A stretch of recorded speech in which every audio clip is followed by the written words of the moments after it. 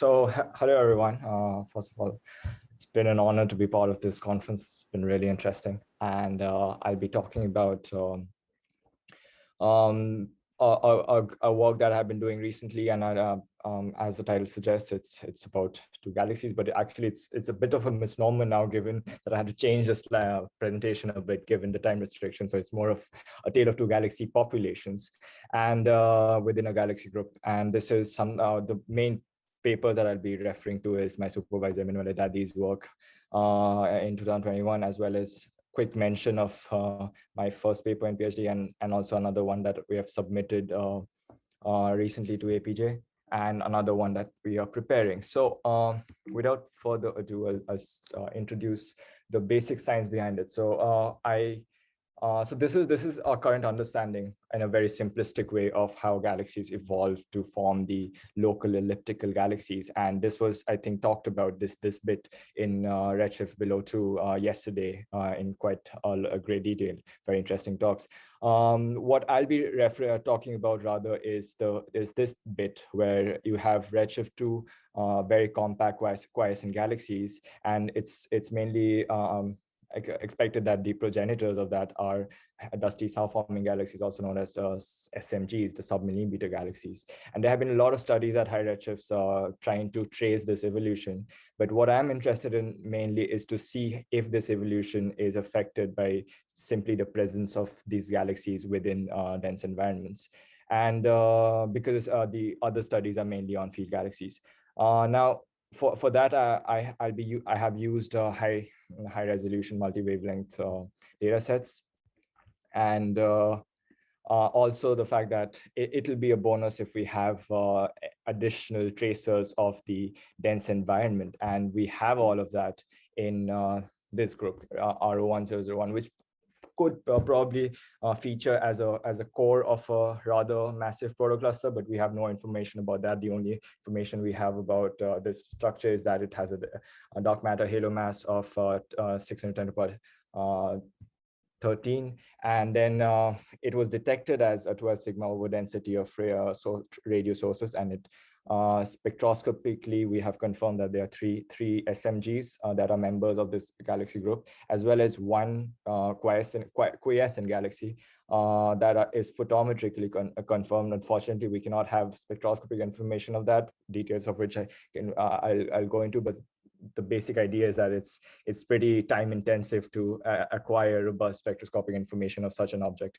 Moreover, in Manuel's paper recently, he said he noted that the Lyman alpha halo also seems to be tracing some sort of a gas accretion into the center, which is probably feeding the star formation, which is not surprising given that the structure fits perfectly in the regime where we expect to have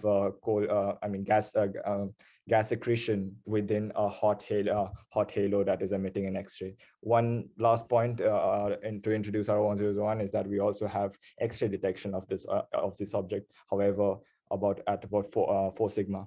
Now, going to the submillimeter galaxies, we have exquisite HST with CIP3 data as well as deep ALMA data. The ALMA data is we have an RMS of 30 micrograms per beam, which has allowed us to not only measure the net star formation rate to a very high degree of accuracy of about 1250 in total divided amongst these galaxies, but moreover, we also have an understanding of the size of these galaxies, which are about 1 kiloparsec or lower, and it's in marked tension with the near-infrared sizes. And this is not surprising if you compare these two studies of field galaxies that I talked about, especially most recently Puglisi 2021.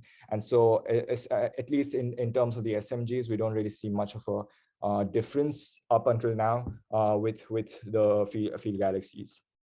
However, on the other side, we have a quiescent galaxy, which is this galaxy D, and that seems to be photometrically part of this gas-rich structure. And the photo Z that we get of 2.91 plus minus 0.1 gigayears is perfectly aligned with the expected redshift of the galaxy group, which is at 2.9 2.91, and but that's not where the interesting part lies. What has interested us the most is the fact that we get a mass weighted age of 1.6 plus minus 0.4 gigayears. And by the way, I think there was also mentioned before, the metallicity might really influence this age estimate, and the error bar that we are quoting over here takes into account a variety of metallicities from supersolar to subsolar. So we are rather confident that this is a pretty old quiescent galaxy.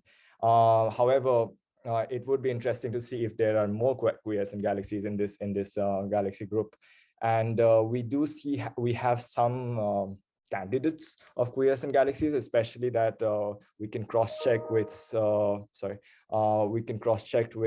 ALMA data to see if there is any obscure star formation. And since we do not, we are finding a few possible candidates. And the most interesting thing is that these candidates have a clear 5 sigma over density in the region of the structure compared to anything around it. And what's another interesting part is that if I ignore the central core where the Lyman alpha halos exist and look at only the filamentary like structures of the Lyman alpha, which is expected to trace some sort of gas in flow channels, some of the galaxies also fall in that regime. Again, no spectroscopic information, so we don't have any understanding of where they lie in our line of sight. But even if a few of them lie within those streams, it will be rather interesting, because you have a lot of gas and you have a quiescent galaxy remaining quiescent, an understanding which we can also extend to the massive quiescent galaxy that we see. So based on the fact that this quiescent galaxy is within R01001, obviously based on the photometry, we would expect that this quiescent galaxy quenched at a certain point after a rapid consumption of gas. This rapid consumption is based on our star formation history models. And also, if it had quenched within a gas-rich environment, then the starvation, like ceasing of any gas inflow, would not be a major contributor to the quenching of the galaxy. And moreover, if the age that we find is something we also find in other protoclusters, which has not been done, but we could extend our study to that, it would be an early imprint of the age environment relation, which has been talked about, I think, most recently yesterday at about slightly higher than redshift 1. So that would be rather interesting, I feel. And moreover, one other aspect is that one thing is to quench the galaxy, the other thing is to maintain the quiescence over a period of 1 gigayear or so. And that would require, the most plausible argument would be some recurring radio-AGN activity.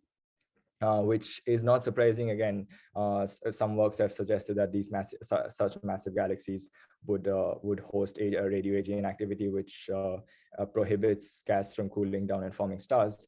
However, at such high redshifts, such studies are usually tracing very bright radio bright galaxies. Radio jets. But there might be much fainter radio jets that is not being detected.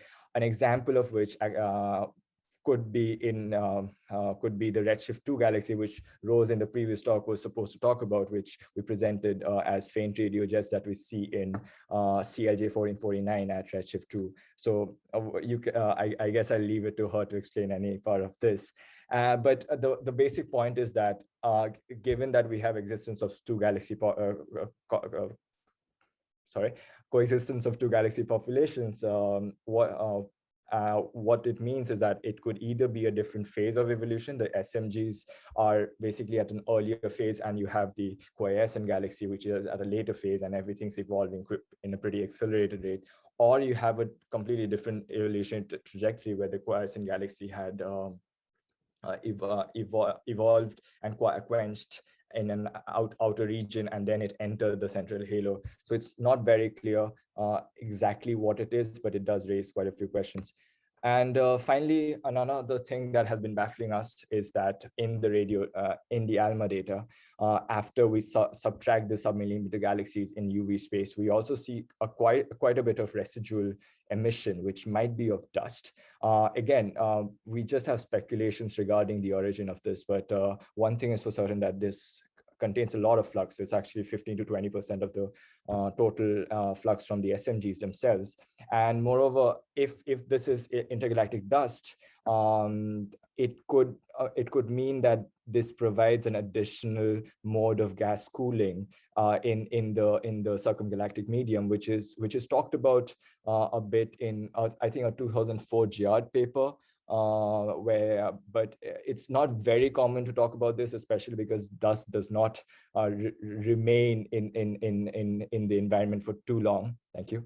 And but in this case, given the high rapid evolution, we might be seeing that there's a lot more dust being injected into ICM, and hence even this destruction is not really being able to decrease the amount of dust around the galaxies. And the source of the dust is also interesting, because it might be some sort of tidally stripped material from merger activity, which is also very common in such structures, or it might be of intergalactic stellar population, which is all a hint of which we're also seeing in some sort of interstellar light, which again, I can't go into that, and it's a different student working under that.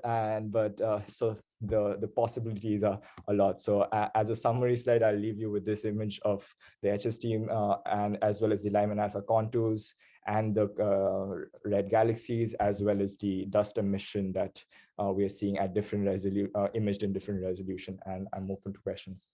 Thank you so much for your time.